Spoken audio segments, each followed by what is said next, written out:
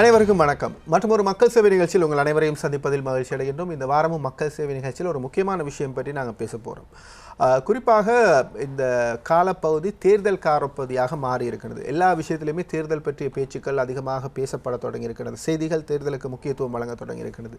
இந்த ஜனாதிபதி தேர்தல் என்பது நாட்டின் தலைவிதியை நிர்ணயிக்கின்ற ஒரு தேர்தலாக இருக்க போகின்றது. அடுத்து வருகின்ற நாட்கள் அல்லது அடுத்து வருகின்ற வருடங்கள் எவ்வாறு இந்த நாடு செல்ல போகின்றது, எவ்வாறான நிலைமைகள் வரப்போகின்றது போன்ற விடயங்களுக்கான ஒரு முக்கியமான தேர்தலாக இருக்கிறது. நேற்று கடந்த வாரம் வரையிலான பிரச்சனைகள் எல்லாம் முடிவுற்று இப்போது கட்சிகள் தங்களுடைய பிரதான வேட்பாளர்களை தெரியப்படுத்தியிருக்கிறது. ஒரு சுதந்திர கட்சியை தவிர இப்போது இங்கே இருக்கின்ற தேர்தல் நடத்துவதற்கான ஒரு ஏது நிலையை உருவாக்கி இருக்கிறது. ஆகவே இந்த களத்தில் இருந்து கொண்டு நாங்கள் இந்த தேர்தல் பற்றி ஒரு விழிப்புணர்வை வழங்குவதற்காக ஒரு அரசியல் சாராத நிகழ்ச்சியாக இந்த நிகழ்ச்சியை நாங்கள் வழங்க இருக்கின்றோம். எந்த ஒரு அரசியல் கட்சி சார்பாகவோ அல்லது கட்சி ரீதியான விடயங்களோ அல்லாமல் தமிழ் பேசும் மக்கள் பார்வையில் இந்த தேர்தல் பற்றி ஒரு பார்வையை நாங்கள் பார்க்க இருக்கின்றோம்.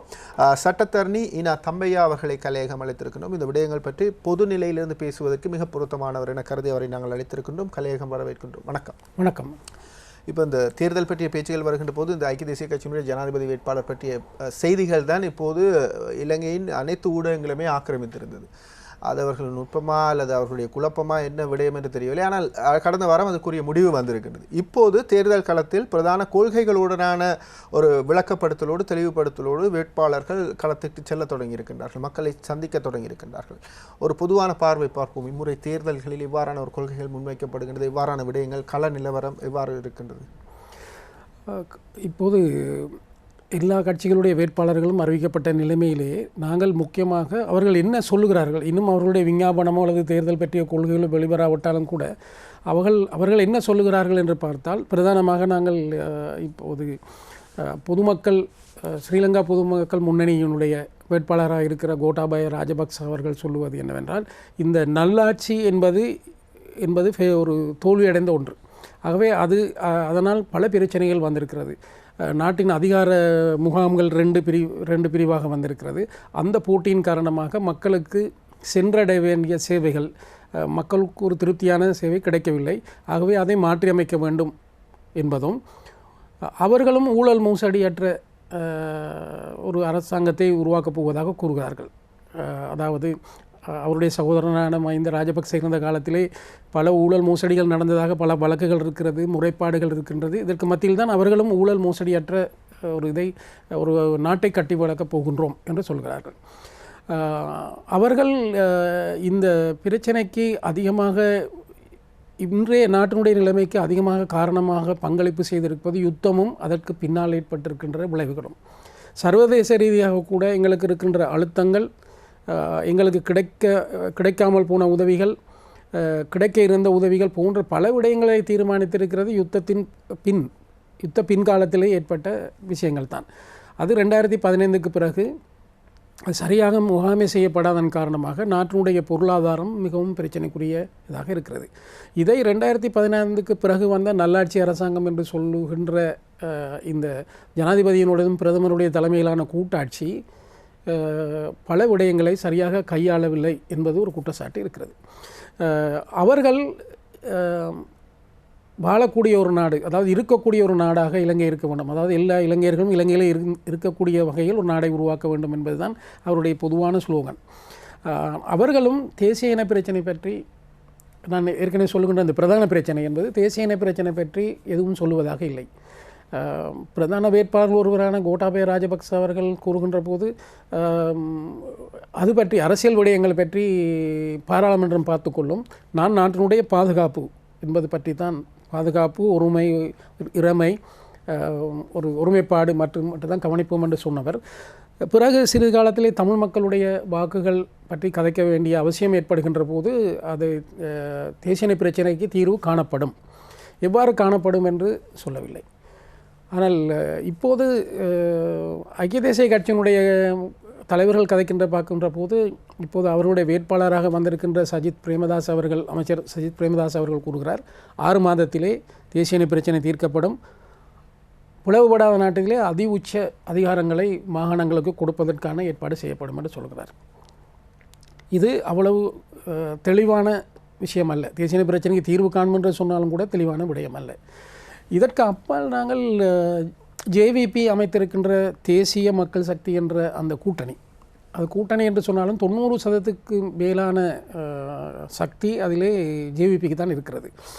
அவர்கள் தேசிய இன பிரச்சனை பற்றி எத்தனையோ முறை அதனுடைய வேட்பாளரான அனுரகுமார் திசாநாயக் அவர்களை ஊடகங்கள் பேட்டி கண்ட போது தேசிய இன பிரச்சனை பற்றி கதைக்கின்ற போது அவர் வலிவிதான் போகிறார். அவர் தேசிய இன பிரச்சனை என்று கருதுகிறது என்னவென்றால் யுத்தத்தினால் பாதிக்கப்பட்ட தமிழ் மக்களுக்கு புனர்வாழ்வு அளித்தால் போதுமானது என்பதுதான். அதுதான் அவர்களுடைய இது. அதிகாரத்தை, அரசியல் அதிகாரத்தை பகிர்வது தொடர்பாக பெரிதாக சொல்லவில்லை. ஆனால் இந்த தேசிய மக்கள் சக்தியினுடைய வேலை திட்டத்திலே இன்னும் அவர்கள் வெளியிடவில்லை. எனக்கு கிடைத்த தகவலின்படி ஒரு பிரிவு வருகிறது. தேசிய இன பிரச்சனை தீர்வு என்பது சமத்துவம் மற்றும் மாகாணங்களுக்கு அதிகாரத்தை பகிர்வது என்ற அடிப்படையில் பிரச்சனை தீர்ப்பது என்று. ஆனால் இது அது கூட்டணியாக இருக்கின்ற தேசிய மக்கள் சக்தி என்ற அந்த கூட்டமைப்பிலே இவ்வாறான ஒரு அவருடைய கொள்கை கோட்பாட்டிலே வந்திருந்தாலும் கூட அதனுடைய வேட்பாளராக வந்திருக்கின்ற ஜேவிபியினுடைய தலைவர் இதை அப்படியே இதுவரையும் சொல்லவில்லை. அவர் எதிர்காலத்தில் சொல்ல வேண்டும் என்று தான் எல்லோரும் எதிர்பார்க்கிறார்கள். சொல்லுவதால் அவர் தமிழ் மக்கள் முழு பேரும் அவர்களுக்கு அனைவரும் வாக்களித்து விடுவார்கள் என்பதல்ல. ஆனால் முக்கியமான ஒரு நோய், இலங்கையை பற்றி கொண்டிருக்கின்ற நோய் இன்று துருவமயப்படுத்தப்பட்டு இன ரீதியாக மத ரீதியாக நாடு குளறுபடி ஆகியிருக்கின்ற சூழ்நிலையிலே ஒரு முக்கியமான தெளிவான கொள்கையை அரசியல் தலைவர்கள் வைக்க வேண்டும். அதை நழுவி தொடர்ந்து போக முடியும் என்பது நாங்கள் நம்ப முடியாது.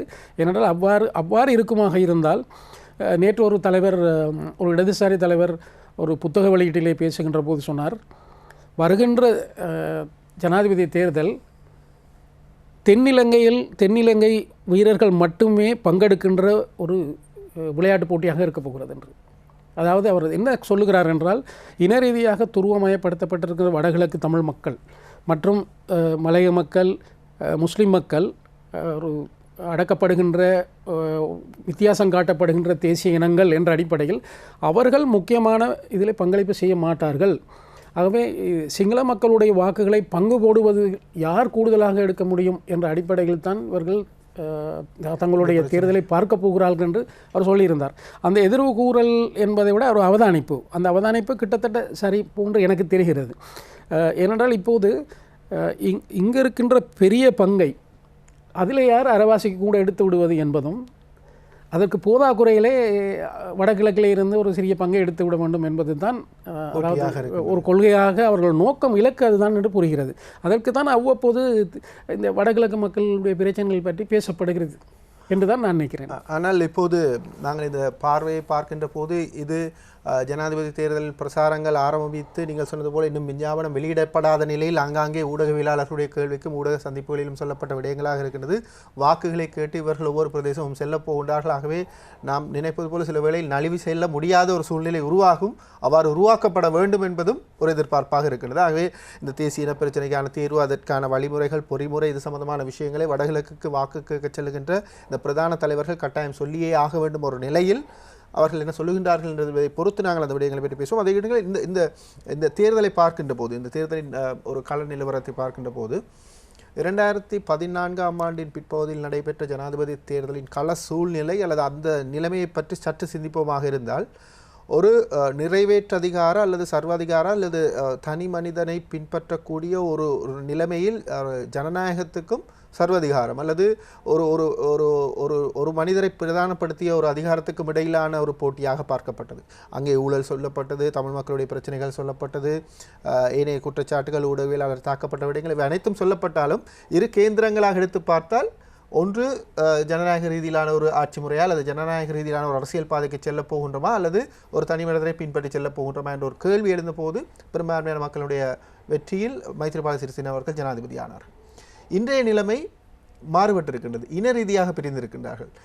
ஒரு இனவாதத்தை வழங்குகின்ற அல்லது ஒரு இனத்தை பிரதிநிதித்துவப்படுத்தி அந்த இனத்தில் அதிகமான வாக்குகளை யார் எடுக்கலாம் என்ற ஒரு கொள்கையில் முன்னெடுப்பதை போல காணக்கூடியதாக இருக்கின்றது. இரண்டு பிரதான வேட்பாளர்களை பார்க்கின்ற போது இந்த சூழ்நிலை எதிர்கால ஜனாதிபதி தேர்தலில் எவ்வாறு தாக்கம் செலுத்த போகின்றது?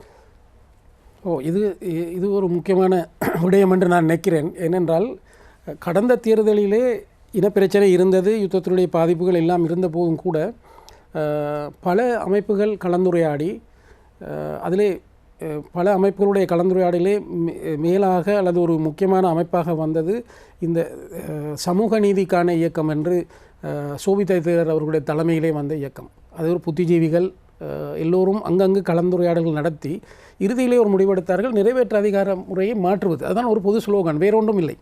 மாற்றி போட்டு மத தேசிய பிரச்சனை பற்றி கதைப்போம் என்பது தான் அவருடைய இதாக இருந்தது. ஆனால் அந்த பிரதான ஸ்லோகனை நிறைவேற்றுவதற்கு அர்த்தமுள்ள எந்த நடவடிக்கையும் எடுக்கப்படவில்லை.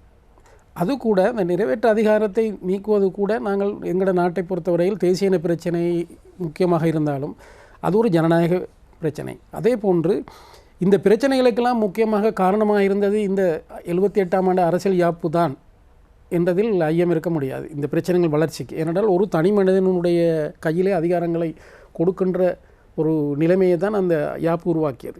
அது நேற்று வரை இன்று வரை அந்த பிரச்சனை தொடர்கிறது. ஆகவே இந்த நிறைவேற்று அதிகாரத்தை விட்டு கொடுப்பது என்று சொன்னவர்கள் கூட அதை பிரயோகிப்பதில் தான் ஆர்வம் காட்டியிருக்கிறார்கள். இன்றைய ஜனாதிபதி வரை அந்த போட்டி இருக்கிறது. ஆகவே இவர்கள் அது பிரதானமாக செய்யவில்லை. அதோடு அரசியல் யாப்பு சீர்திருத்தம் என்று சொல்வது பற்றி பல வருஷங்கள் கலந்துரையாடப்பட்டு அதுவும் கிடப்பிலே போடப்பட்டுவிட்டது. ஆனால் இன்று இருக்கின்ற நிலைமை, நான் இதை சொல்ல மாட்டேன் இந்த ஏப்ரல் 21க்கு பிறகு வந்த நிலைமை என்று சொல்வதற்கு இல்லை. ஏற்கனவே இருந்த அந்த நிலைமைகளுடைய வளர்ச்சி, அதாவது இலங்கையை பொறுத்தவரையில் அரச கட்டமைப்புக்குள்ளே பாதுகாப்பு, நிர்வாகம் போன்ற விடயங்களிலும் ஒரு இன மேலாதிக்க ஒரு பாசிசம் வளர்ந்திருக்கிறது. அது நிறுவனப்படுத்தப்பட்டிருக்கிறது. ஆனால் இதற்கு வெளியிலே பாசிச இன ரீதியாக மத ரீதியாக சிந்திக்கின்ற மேலாதிக்கம் செலுத்துகின்ற சக்திகள் இன்று அரசாங்கத்தை ஆட்டிப்படைக்கின்ற, அதாவது மக்களால் தேர்ந்தெடுக்கப்பட்டவர்கள் என்று சொல்லப்படுகின்ற அவர்களை ஆட்டிப்படைக்கின்ற ஒரு சூழ்நிலைக்கு வெளியிலிருந்து வந்திருக்கிறார்கள். ஆனால் பொதுவாக ஒரு ஜனநாயக சூழலிலே அரசுக்கு வெளியிலே இருக்கின்ற மக்கள் இயக்கங்கள் மக்கள் சார்பாக அரசாங்கத்தை ஆட்டிப்படைக்க வேண்டும். அதுதான் ஜனநாயக சூழல். ஆனால் அதைத்தான் எல்லோருமே 2015ஆம் ஆண்டுக்கு பிறகு அரச கட்டமைப்புக்குள்ளும் வெளியும் நடைபெறும் என்ற நம்பிக்கை இருந்தது. எங்களுக்கு கூட அதில் ஒரு 100% வரும் என்றுள்ள கூட ஒரு வெளி ஒன்று வந்திருக்கின்றது ஒரு நம்பிக்கை இருந்தது. ஆனால் அது கடைசி வரையும் நடைபெறவில்லை. இன்று அதற்கு மாறாக இந்த பாசிச மக்கள் ஜனநாயக உரிமைகளுக்கான மக்கள் அல்லது சிவில் அமைப்புகள் சக்தி அவைகள் சக்தியாக மாறுவதற்கு, அது வலுவுள்ளவர்களாக அந்த அமைப்பினர் மாறுவதற்கு பதிலாக அரசாங்க கட்டமைப்புக்கு மேலாக அரசாங்க கட்டமைப்புக்கு வெளியிலே ஒரு பாசிச இது மலர்ந்திருக்கிறது. அது நாங்கள் இப்போது நேற்று முந்தினால் முல்லைத்தீவிலே செம்மலையில் நடந்த சம்பவம் வரையும் பார்க்கலாம்.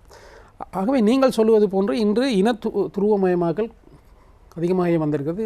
இலங்கையை பொறுத்தவரையில் ஏற்கனவே வடகிழக்கு மக்கள் யுத்தத்தால் பாதிக்கப்பட்ட நிலைமை, மலைய மக்கள் ஒரு நீண்ட காலத்தாலேயே இன அடக்குமுறைக்கு உட்பட்டிருக்கிறார்கள். ஆங்காங்கு சில சலுகைகள் கொடுக்கப்பட்ட போது கூட இன்னும் அடிப்படையிலே ஒரு நாட்டினுடைய பிறையை அனுபவிக்கக்கூடிய அந்த அவ்வளவு உரிமைகளும் அவர்களுக்கு இன்னும் இல்லை. 2ஆம் தரமாக 3ஆம் தரமாக நடத்தப்படுகின்ற சூழ்நிலை.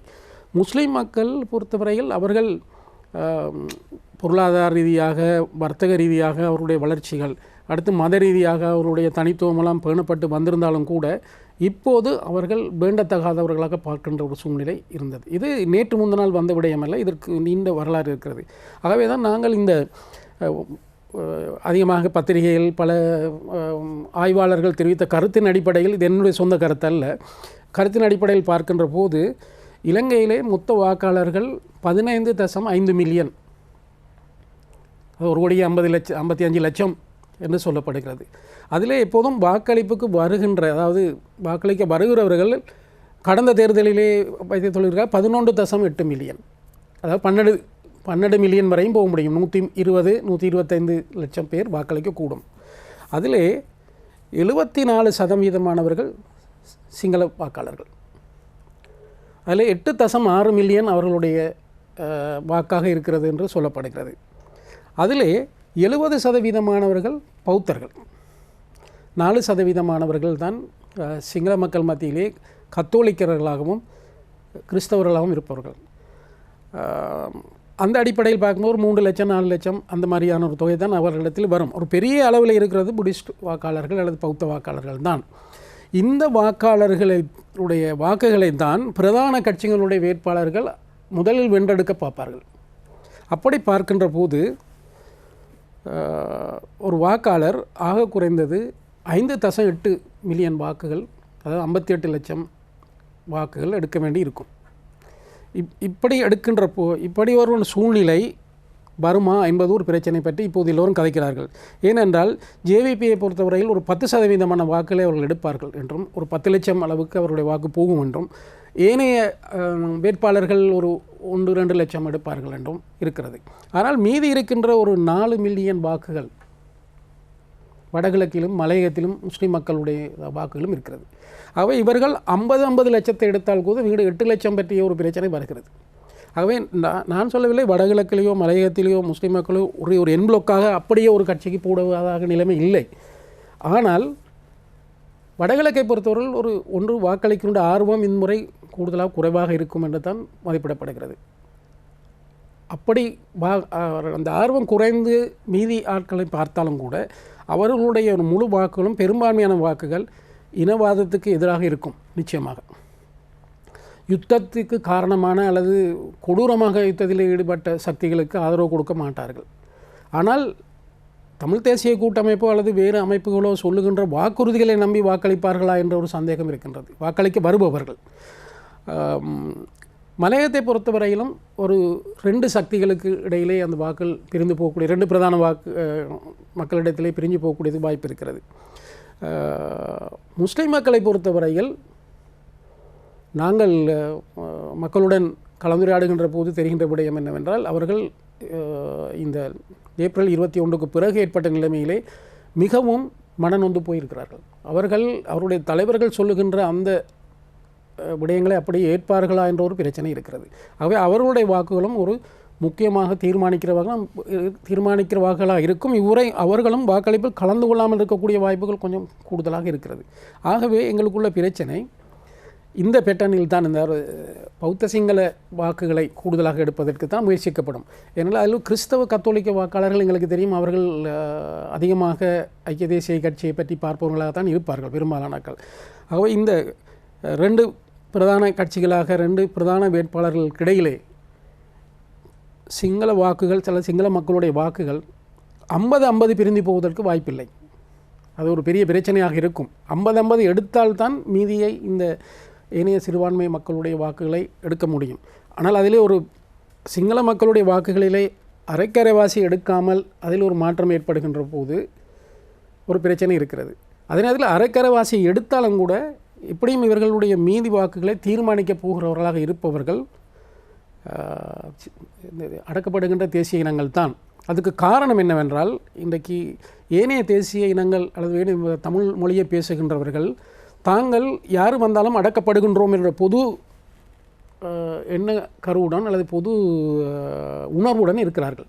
ஆகவே அவர்கள் அந்த பொது உணர்வுக்கு எதிராக என்ன செய்ய முடியும் என்பதை தான் பார்ப்பார்கள். அதிலே நான் ஏற்கனவே சொன்னது போன்று சிறு சிறு தொகைகள் அங்காளங்கள் போனாலும் கூட இனவாதத்துக்கு எதிராக நிற்க வேண்டும் என்ற ஒரு நிலைமை இருக்கும். ஆகவே நீங்கள் சொல்ல வந்தது போல இம்முறை இனவாதத்துக்கு எதிராக இருப்பதா இல்லையா என்பதை தெளிவாக இன ரீதியாக பாதிக்கப்படுகின்ற தமிழ் பேசும் மக்கள், மலையக மக்கள், முஸ்லீம் மக்கள், வடகிழக்கு தமிழ் மக்கள் தீர்மானிக்க வேண்டியவர்களாக இருப்பார்கள். இந்த இடத்திலே சிலர் கதைக்கிறார்கள் அந்த இந்தியாவை போன்று நோட்டா என்று சொல்லி யாருக்கும் ஆதரவில்லை என்று போட வேண்டும் என்று ஒரு சில புத்திஜீவிகள் கதைக்கிறார்கள். சிலர் பழைய நிலைமைக்கு சென்று தேர்தலை பகிஷ்கரிக்க வேண்டும் என்று சொல்கிறார்கள். சிலர் தேர்தல் வாக்குச்சீட்டுகளை செல்லுபடியற்றதாக ஆக்க வேண்டும் என்று சொல்கிறார்கள். ஆனால் இந்த தேர்தலுக்கு தேர்தல் எப்படி நடந்து கொள்ள வேண்டும் என்பது வித்தியாசப்படும். ஒரே அடியாக எல்லா தேர்தலையும் பகிஷ்கரிப்பது அல்லது ஒரே அடியாக வாக்குச்சீட்டை செல்லுபடி இல்லாமல் செய்வது அல்லது நோட்டா ஒன்றை கேட்பது போன்ற விஷயங்களை நிரந்தரமாக தேர்தல் அரசியலில் எடுக்க முடியாது. ஆகவே இந்த தேர்தலை பொறுத்தவரையில் வாக்குச்சீட்டுகளை நான் இப்போ சொன்ன கருத்துக்களின் அடிப்படையில் இந்த 50% மேல் ஒரு வாக்காளர் எடுக்க முடியாத ஒரு சூழ்நிலை வரும்போல் தான் தெரிகிறது. எல்லோரும் எதிர்வு கூறுகிறார்கள். அப்படித்தான். அப்படி ஒரு நிலைமை ஏற்படுமாக இருந்தால் இந்த செல்லுபடியான வாக்குகளை தானே கணக்கில் எடுக்க வேண்டியிருக்கும். ஆகவே செல்லுபடியற்ற வாக்குகள் ஒரு அரசியல் போராட்டமாக இந்த தேர்தலிலே அமையாது. பகிஷ்கரிப்பு என்பதும் கூட இந்த தேர்தலிலே ஒரு ஆரோக்கியமான அரசியல் நிலைப்பாடாக இருக்காது. இந்த இடத்துல சில ஊடகவியலாளர்கள் கதைக்கின்ற போது அல்லது சமூக வலைதளங்களிலும் காணக்கூடியதானது சில தனிப்பட்ட கூட்டங்களின் போதும் சில புல்லுருவிகள் அல்லது சில அரசியல் ராஜதந்திரமாக சில கருத்துக்களை ப்ரெஷர் குரூப்ஸை உருவாக்கி தமிழ் முஸ்லீம் மக்கள் இடத்திலே அனுப்பி அவர்களை வாக்களிப்பதில் தவிர்ப்பதற்கான ஒரு வேலை திட்டத்தையும் செய்திருப்பார். அவ்வாறு செய்வதன் மூலமாக அந்த வாக்களிப்பில் தவிர்ப்பது அல்லது இவ்வாறான விரக்தியான பேச்சுக்களை பேசி இந்த அரசாங்கம் ஒன்று அந்த அரசாங்கம் ஒன்று இவர் வந்தாலும் ஒன்று அவர் வந்தாலும் ஒன்று ஆகவே இதை நாங்கள் பகிஷ்கரிப்போம் எங்களுடைய எதிர்ப்பை காட்டுவோம் வாக்களிக்காமல் விடுவோம் இவ்வாறு இது ஒரு யுக்தியாக பார்க்கப்படுகின்றது. ஆனால் இந்த சூழ்நிலையில் நான் நினைக்கிறேன் அப்படி பார்ப்பது சரியோ தெரியவில்லை. ஏனென்றால் நான் ஏற்கனவே சொன்னபோது எல்லா தேர்தலையும் ஒரே விதமான கொள்கையை கடைபிடிக்க முடியாது. இல்லை, சில அரசியல் தலைவர்கள் கட்சிகள் இவ்வாறான யுக்திகளையும் கையாளுறார்கள். அதில் கையாள்வதில் அதற்கு அது இந்த பிரதான வேட்பாளர்களுடைய நிலச்சீன்களாகவும் இருக்கலாம். அதை அவர்கள் தங்களுடைய வாக்கள் யாருக்கும் போக விடாமல் தங்களுக்கு எதிராக கிடைக்காத வாக்குகளை யாருக்கும் போக விடாமல் செய்வதற்கான நோக்கமாக இருக்கலாம். அப்போ இதில் உள்ள பிரச்சனை என்னென்னா எதிர்வரும் தேர்தலில் 50% கிடைக்காமல் போனால் ஒரு சர்ச்சை உண்டு வரப்போகிறது. ஏனென்றால் அதில் ஒரு பிரச்சனை இருக்கிறது. பிரதான கட்சிகள் ஒன்று சிந்திக்க வேண்டி வரும், நாங்கள் செல்லுபடி இல்லாமல் போய்விட்டோம் என்று அவர்கள் சிந்திக்க வேண்டி வரும். அதே நேரத்தில் இந்த 50% மேலே வாக்கள் செல்லுபடியான வாக்களில் 50% கிடைக்காவிட்டால் தேர்தல் ஆணையில் அரசியல் யாப்பின்படி தேர்தல் ஆணையில் என்ன செய்ய வேண்டும் என்றால் அந்த 2 பிரதான வாக்காளர்கள் எடுத்த வாக்களை தவிர மற்ற வாக்குகள் எல்லாம் செல்லுபடி இல்லாத வாக்களாக கழித்து விட்டு செல்லுபடியான வாக்குகள் அந்த 2 பிரதான வேட்பாளர்களுடையது தான் இருக்கும். அதிலே இந்த செல்லுபடி இல்லாமல் செய்யப்பட்ட ஏனைய வேட்பாளர்களுடைய வாக்கு சீட்டுகளிலே 2வது தெரிவு 3வது தெரிவு என்று போட்டிருந்தால் அதையும் எடுத்து இந்த வாக்குகளிலே சேர்த்து அதிலே யார் 150% எடுக்கிறார்கள் என்ற அடிப்படையில் தான் வேட்பாளரை தீர்மானிக்க வேண்டும் என்று யாப்பு கூறுகிறது. ஆனால் இலங்கையினுடைய அரசியல் முதிர்ச்சி வரலாற்றிலே நான் நினைக்கிறேன் இந்த ஜனாதிபதி தேர்தலில் 2வது 3வது ஆள் வேண்டும் என்ற வாக்களிப்புகளை பெரிய அக்கறை செலுத்துவது இல்லை. எதிர்காலத்திலும் அது இருக்காது என்று தான் நினைக்கிறேன். அவ்வாறு இந்த 2வது 3வது என்ற தெரிவை ஒருவருமே போடையில் என்று சொல்லுவோமே, அப்போது என்ன நிலைமை? அதாவது 2 பிரதான வேட்பாளர்கள் 50% மேல் எடுக்கவில்லை. அதே நேரத்தில் அவர்களை தவிர அந்த போட்டியிலிருந்து விலக்கி வைக்கப்பட்டவர்களுடைய வாக்கு சீட்டிலையும் கூட 2 3வது தெரிவாண்டை யாரும் போடவில்லை என்றால் இந்த 50% குறைவான வாக்குகளை கொண்ட 2 வேட்பாளர்கள் தான் இருப்பார்கள். அவர்களில் ஒருவரை எவ்வாறு தேர்ந்தெடுப்பது என்பது பற்றி யாப்பிலே இல்லை. ஆனால் தேர்தல் ஆணையாளர் அவ்வாறான சூழ்நிலையிலும் கூட யார் கூடுதலாக எடுத்தாரோ அவரை தான் நான் இப்போ சொல்லியிருக்கிறார். நான் நினைக்கவில்லை அது எங்களது அரசியல் யாப்பிலே அதற்கான ஏற்பாடு இல்லை. ஆக அவ்வாறான சூழ்நிலை வருகின்ற போது ஒரு பிரச்சனை இருக்கும், நீதிமன்றத்தை நாட வேண்டி வரும். அப்போது நீதிமன்றத்தை நாடுகின்ற போது ஒரு சிக்கல் வரும். எங்களுக்கு எதிர்வரும் ஜனவரி 8ஆம் தேதிக்கு பிறகு இப்போது இருக்கின்ற ஜனாதிபதி பதவியில் இருக்க முடியாது. புதிய ஜனாதிபதி ஒருத்தர் வந்திருக்க மாட்டார். அவ்வாறான சூழ்நிலையில் ஜனாதிபதி என்ற அந்த நிறைவேற்று அதிகாரம் இன்னும் இருக்கிறது தானே. 19வது சீர்திருத்தம் திருத்தத்தை கொண்டு வந்த போதும் கூட இன்னும் நிறைவேற்று அதிகாரம், பாதுகாப்பு போன்ற பிரதான விடயங்கள் ஜனாதிபதியின் கையிலே தான் இருக்கிறது. அப்படி இருக்கின்ற போது யார் நாட்டை ஆடுவது என்ற ஒரு பிரச்சனை வரும். ஆகவே இந்த தேர்தல் நாங்கள் சொல்லும் அளவுக்கு சிலவேளை பயங்கரமான சூழ்நிலை ஏற்படாமல் விடலாம். ஆனால் ஏற்பட்டால் என்ன செய்வது என்பது பற்றியும் எங்களது வாக்காளர்கள் சிந்திக்க வேண்டும். அந்த அடிப்படையில் தான் நான் சொல்லுகிறேன் என்னுடைய கருத்தாக இந்த தேர்தலை பகிஷ்கரிப்பது, நோட்டாக்குவது அல்லது வாக்கு சீட்டுகளை செல்லுபடி இல்லாமல் செய்வது என்பது புத்திசாலித்தனமாக இருக்காது. நாங்களும் சில மோசமான இக்கட்டான சூழ்நிலையை மேலும் நாட்டை தள்ளுவதற்கு பங்களிப்பு செய்தவர்களாகவும் அதற்காக இருப்பவர்களை தெரிவு செய்வதா என்ற ஒரு பிரச்சனை இருக்கிறது. இருப்பவர்களை யாரையுமே விரும்பாத மக்கள் இருக்கிறார்கள். எல்லோரும் எல்லா வேட்பாளர்களையும் விரும்பி வாக்களிப்பதில்லை. அவர்கள் தனிப்பட வாக்களிப்பது சில பேர் இருக்கலாமே தவிர பெரும்பாலான அந்த நேரத்தில் என்ன நடக்கிறதோ என்ற அடிப்படையில் வாக்களிக்கிற சூழ்நிலை தான் இருக்கிறது. கொள்கை கோட்பாடுகளுக்கு அப்பால் வாக்களிக்கிறார்கள் என்று சொன்னால் அந்த நேரத்தில் என்ன விருப்பமோ அதுக்கு தான் வாக்களிக்கிறார்கள். ஒரு குறிப்பிட்ட தொகையினர் மட்டும்தான் கட்சி கொள்கை என்று வாக்களிப்பார்கள். அப்படி பார்த்தாலும் இலங்கை மக்கள் அனைவருக்கும் ஏற்ற கொள்கையை கொண்ட கட்சிகள் இருக்கின்றனவா என்ற ஒரு விவாதமும் நடக்கிறது தானே.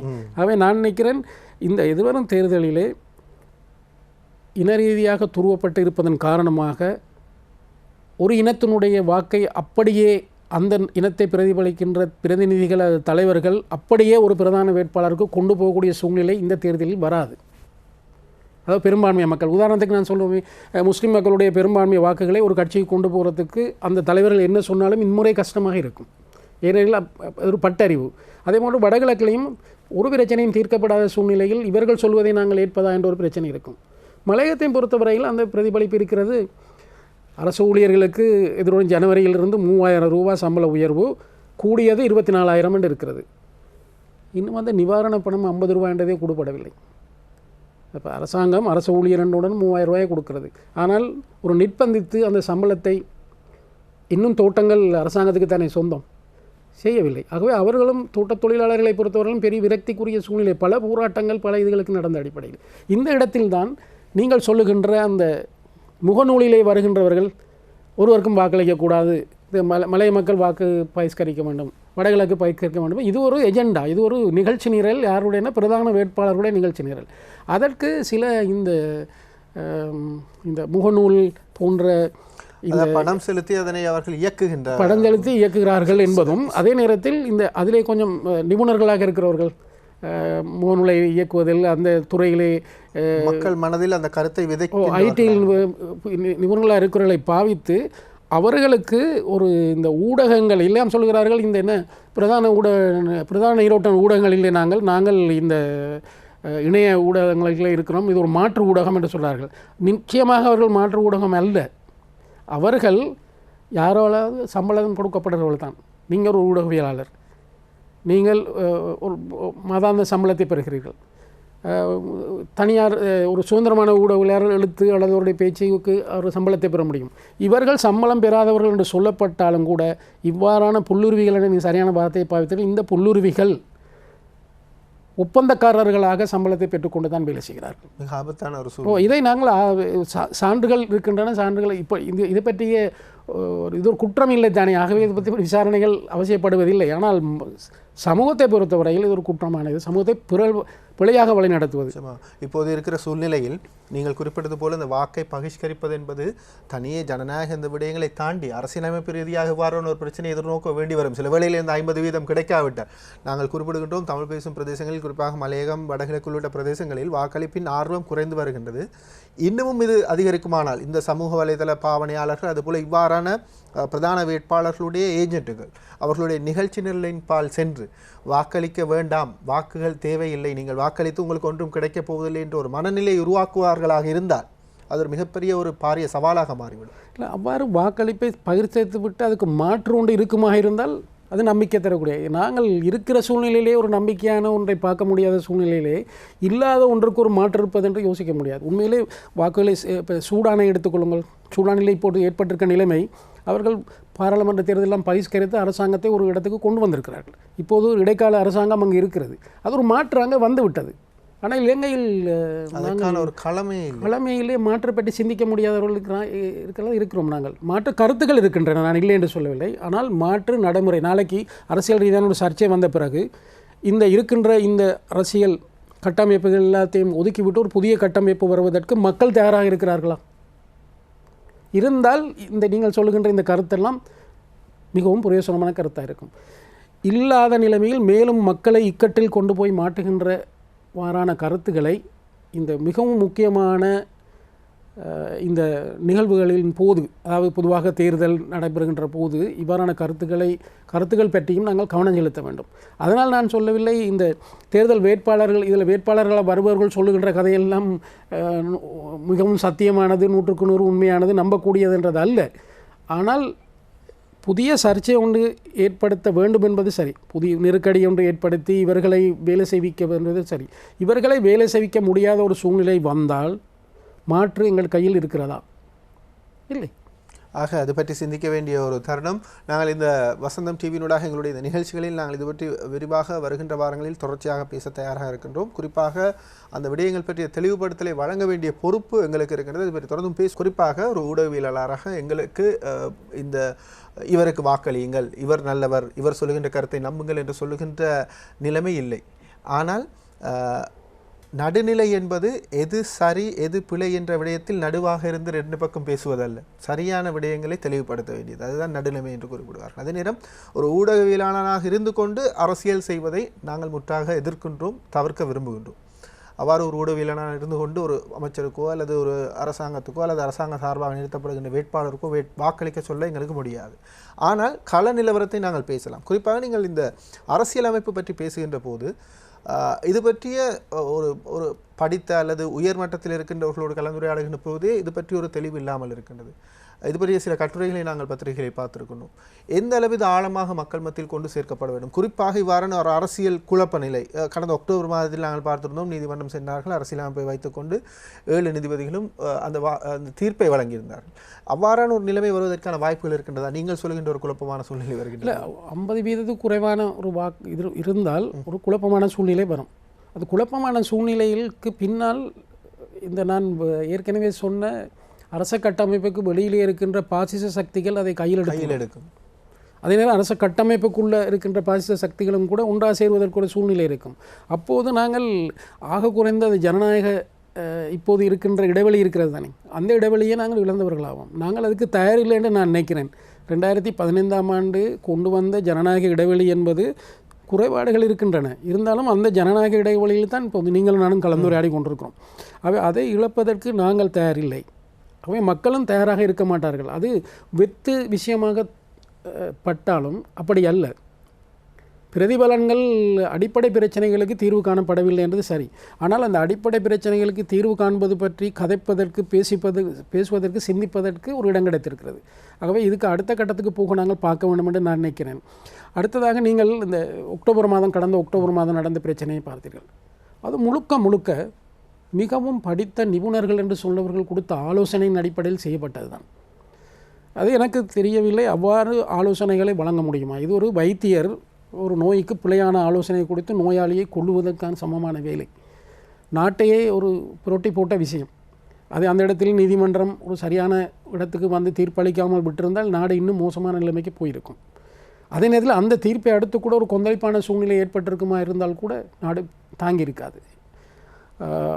அதற்கு முதல் உங்களுக்கு தெரியும், முன்பு கலைஞர் அனுர பண்டாரநாயக்க அவர்கள் சபாநாயகராக இருந்தபோது பாராளுமன்றை கலைப்பதற்கு சந்திரிகா பண்டாரநாயக்க அவர்கள் அவருடைய சகோதரி ஜனாதிபதியாக இருந்தபோது எடுத்த தீர்மானத்தின் போது இவ்வாறான குழப்பங்கள் இருந்தது. அப்போது இந்த விடயங்கள் பற்றி பல சட்டத்தரணிகளும் பல நிபுணர்களும் பேசினார்கள்.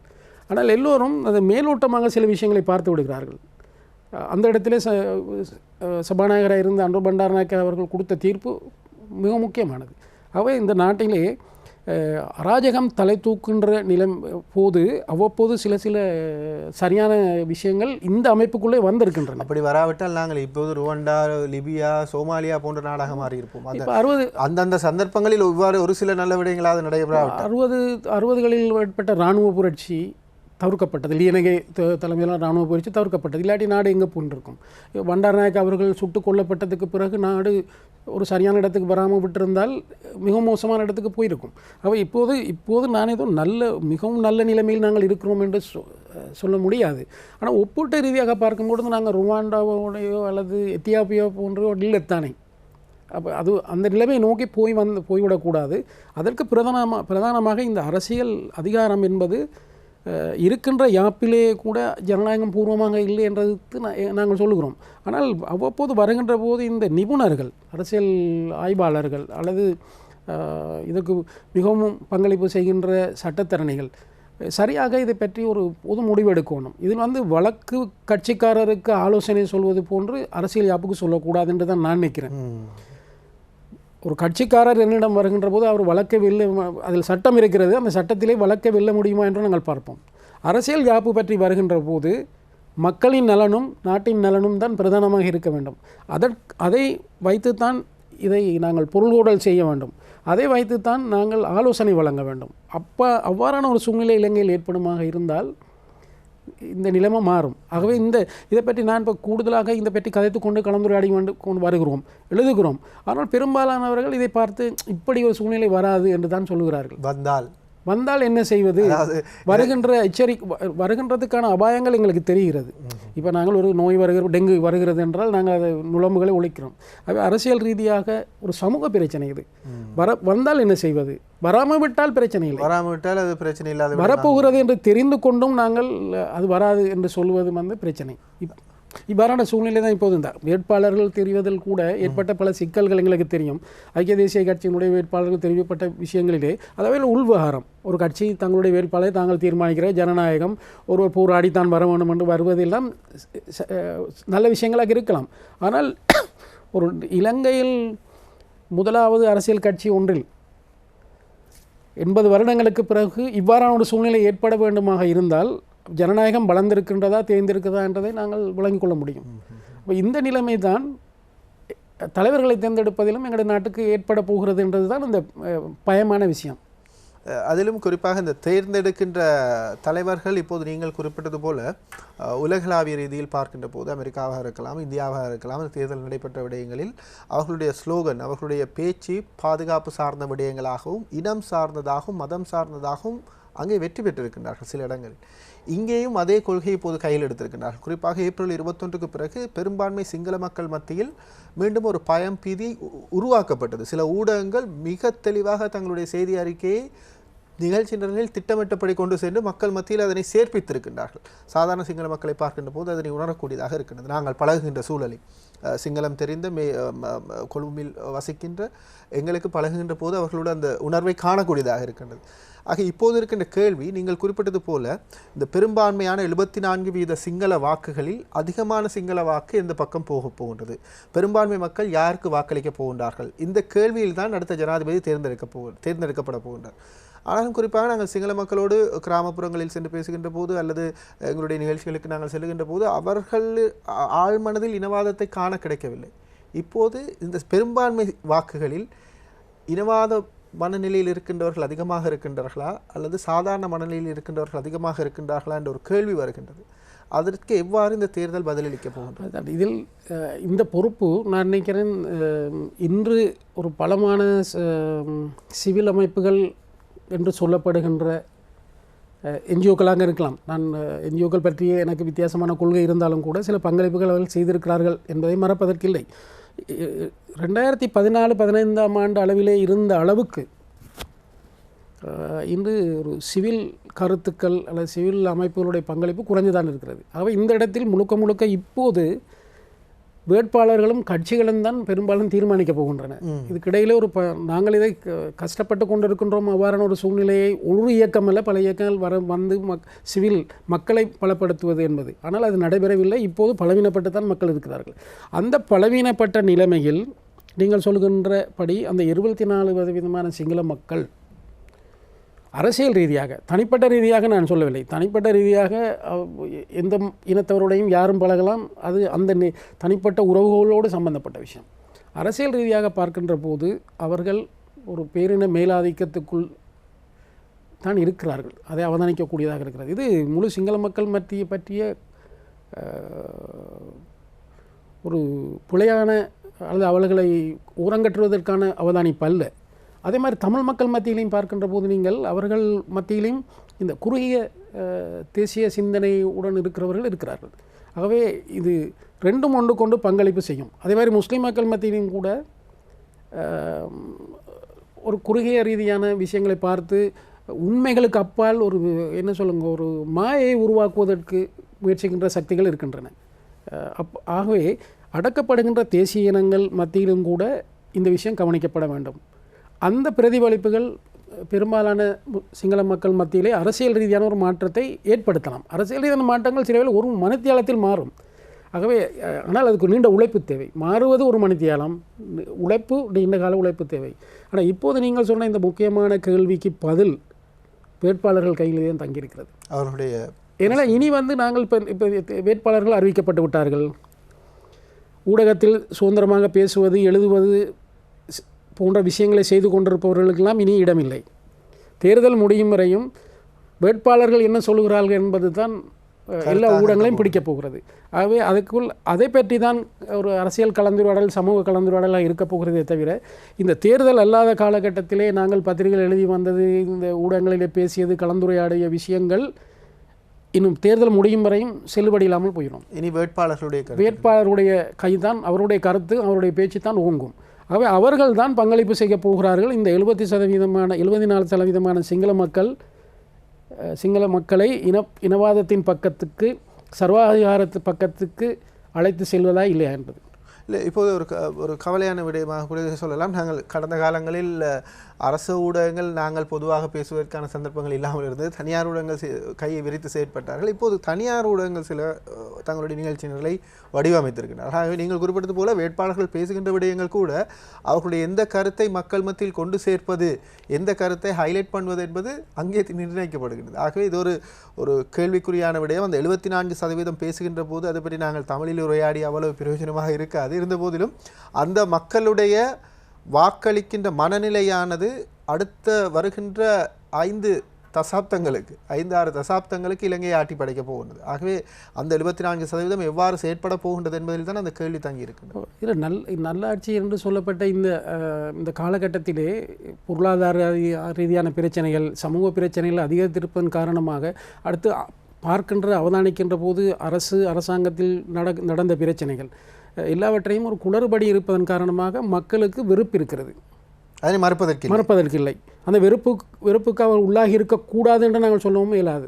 கண்டிப்பாக. ஆனால் அந்த வெறுப்பு என்பது 2015 கொண்டு வரப்பட்ட சில மாற்றத்துக்கு மாறாக திரும்பவும் பழைய இடத்துக்கு செல்லுகின்ற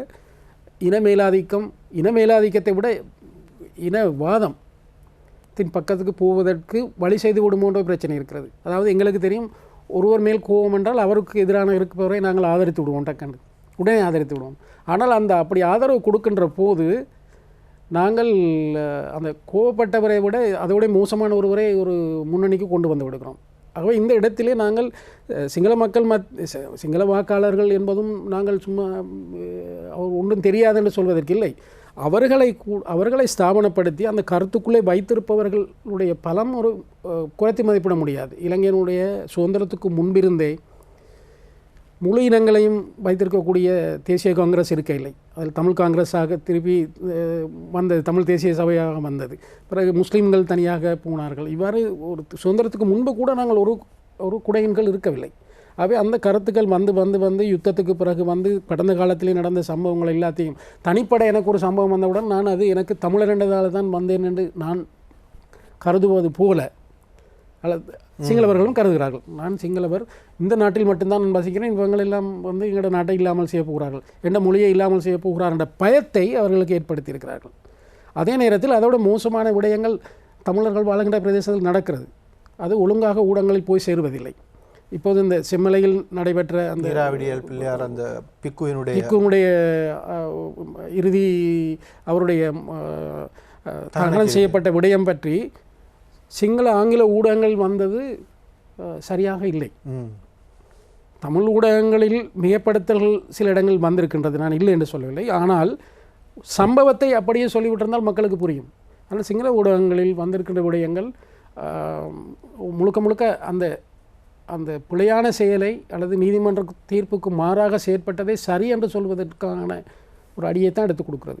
அதே நிலைமையில் ஊடகங்கள் இந்த தேர்தலில் செய்யப்படுமாக இருந்தால் சிங்கள மக்களுடைய மனநிலை என்பது மிகவும் அதை நோக்கித்தான் பிரயாணம் செய்யும். ஏனென்றால் நாங்கள் இந்த தேர்தல் காலத்தில் மட்டும் இனவாதத்தை தோற்கடித்து விட முடியாது. தேர்தல் காலத்தில் இனவாதம் வேகமாக வளரும். அது நாங்கள் இனவாதம் மதவாதம் எல்லாம் தேர்தல் காலத்தில் முன்பு இருந்ததை விட கூடுதலாக வளரும். ஆனால் அதனால்தான் தேர்தல் அல்லாத காலகட்டங்களில் நாங்கள் விதைக்கின்ற இனவாதத்துக்கு எதிரான மதவாதத்துக்கு எதிரான விதைப்புகள் இந்த நேரத்தில் அறுவடை செய்யக்கூடியதாக இருக்கணும். ஆனால் எங்களது நாட்டில் அப்படி விதைக்கப்படவில்லை. ஆகவே இந்த 3 மாதத்துக்கு காலத்துக்குள் அதை விதைத்து நாங்கள் 3வது மாதத்தில் அறுவடை செய்யக்கூடிய அளவுக்கு இது இந்த செயற்கை முறையான விடயம் அல்ல. ஆகவே நாங்கள் கவலையோடு சரி அந்த விடயத்தை ஞாபகப்படுத்தி கொண்டு எங்களால் என்ற தமிழ் பேசும் மக்கள், தமிழ் முஸ்லீம் சகோதரர்கள் செய்யக்கூடிய விடயங்களை ஞாபகப்படுத்தி கொண்டு இருக்கணும். காரணம், மிக திட்டமிடப்பட்ட ஒரு நிகழ்ச்சி நிரல் தனியார் ஊடகங்கள் மேற்கொள்கின்றார்கள். அதுபோல் நீங்கள் குறிப்பிட்டது போல இங்கே விதைக்கப்படுகின்ற அந்த விதை என்பது எங்களுடைய அடுத்தடுத்த சந்ததியினரையும் சென்றடையும். இந்த விஷ விதையானது. ஆகவே அது தனியே சிங்கள மக்களோடு பேசுகின்ற போது தனியே தமிழ் பேசுகின்ற மக்களுக்கு அல்லது தமிழர்களுக்கு முஸ்லீம்களுக்கு பாதிப்பான விடயமாக மாறாது. ஒரு நாடு இனவாத ரீதியில் தன்னை பிரதிபலித்தது என்றால் சர்வதேச ரீதியாக அவர்கள் எவ்வாறு ஓரம் கட்டப்படுவார்கள் என்பதற்கு நாங்கள் 2010ஆம் ஆண்டு முதல் 15ஆம் ஆண்டு வரை அனுபவித்த சில விடயங்களை நாங்கள் உதாரணமாக குறிப்பிடலாம். ஆகவே இலங்கை பல விடயங்களை இழந்தது. சாதாரண பொதுமக்களுக்கு அது சென்றடையாவிட்டாலும் கூட பொருளியல் நிபுணர்கள் அதுபோல இந்த மாதிரியாக புத்திஜீவிகளோடு பேசுகின்ற போது அந்த இழந்த விடயங்களை பட்டியலிடலாம். ஜனநாயகம், அதுபோல பாதுகாப்பில்லாத தன்மை, சுதந்திரமில்லாத தன்மை, பேச்சுரிமை இல்லாத விடயங்கள் என்ற பட்டியலில் இந்த விடயங்கள் கீழே போய்விட்டது. அந்த விடயங்கள் மாத்திரமே பேசுபொருளாக இருந்தது. ஆகவே நாங்கள் சிந்தித்து தமிழ் பேசும் மக்கள் செயற்பட வேண்டிய ஒரு காலப்போது அது பற்றி ஒரு தெளிவுபடுத்தல், அது பற்றிய விளக்கங்களை தொடர்ச்சியாக நாங்கள் வழங்க தயாராக இருக்கின்றோம். வார மக்கள் சேவை நிகழ்ச்சியில் நாங்கள் ஒரு அரசியல் ஆய்வை செய்து கொண்டிருக்கின்றோம். ஒரு அரசியல் நிகழ்ச்சிக்கு அப்பால் சென்று மக்களை தெளிவுபடுத்தக்கூடிய ஒரு விடயமாக, குறிப்பாக இப்போது நாங்கள் அந்த 74% வாக்குகள், பெரும்பான்மை வாக்குகளை பற்றி ஒரு பார்வையை பார்த்திருந்தோம். அது எங்களால் அல்லது எங்கள் ஊடகங்களால், தமிழ் பேசும் ஊடகங்களால் ஒரு தாக்கம் செலுத்த முடியாத ஒரு காரணியாக இருக்கிறது. சில விடயங்களை நாங்கள் சிங்களத்தில் பேச வேண்டும் அல்லது ஆங்கிலத்தில் அவர்களுக்கு சொல்ல வேண்டும். நாங்கள் தமிழில் பேசப்படுகின்ற போது இந்த தமிழ் மொழி பேசுகின்ற தமிழ் முஸ்லீம் சகோதரர்களுக்கான அந்த 26% பற்றி ஒரு பார்வையை பார்க்கலாம். 2015ஆம் ஆண்டு 14ஆம் ஆண்டு பிற்பகுதியில் ஜனாதிபதி தேர்தல் என்பது மிகவும் தீர்மானம் மிக்க ஒரு சக்தியாக தமிழ் முஸ்லீம் தரப்புகள் இருந்தது. அரசியல்வாதிகளுக்கு அப்பால், அவர்களுக்கு முன்னால் இருந்தார்கள் மக்கள் ஒரு தீர்மானத்தை எடுத்து. ஆனால் குறிப்பாக மலையகத்தில் இந்த நுவரெலியா போன்ற மாவட்டங்களில் கூட அவர்களுக்கு இந்த ஜனநாயக ரீதியிலான ஒரு பிரச்சனையோ அல்லது அப்போது இல்லாத அதுக்கு முதல் இருந்தது ஒன்று இல்லாமல் போயோ அவர்கள் அந்த தீர்மானத்தை எடுக்கவில்லை.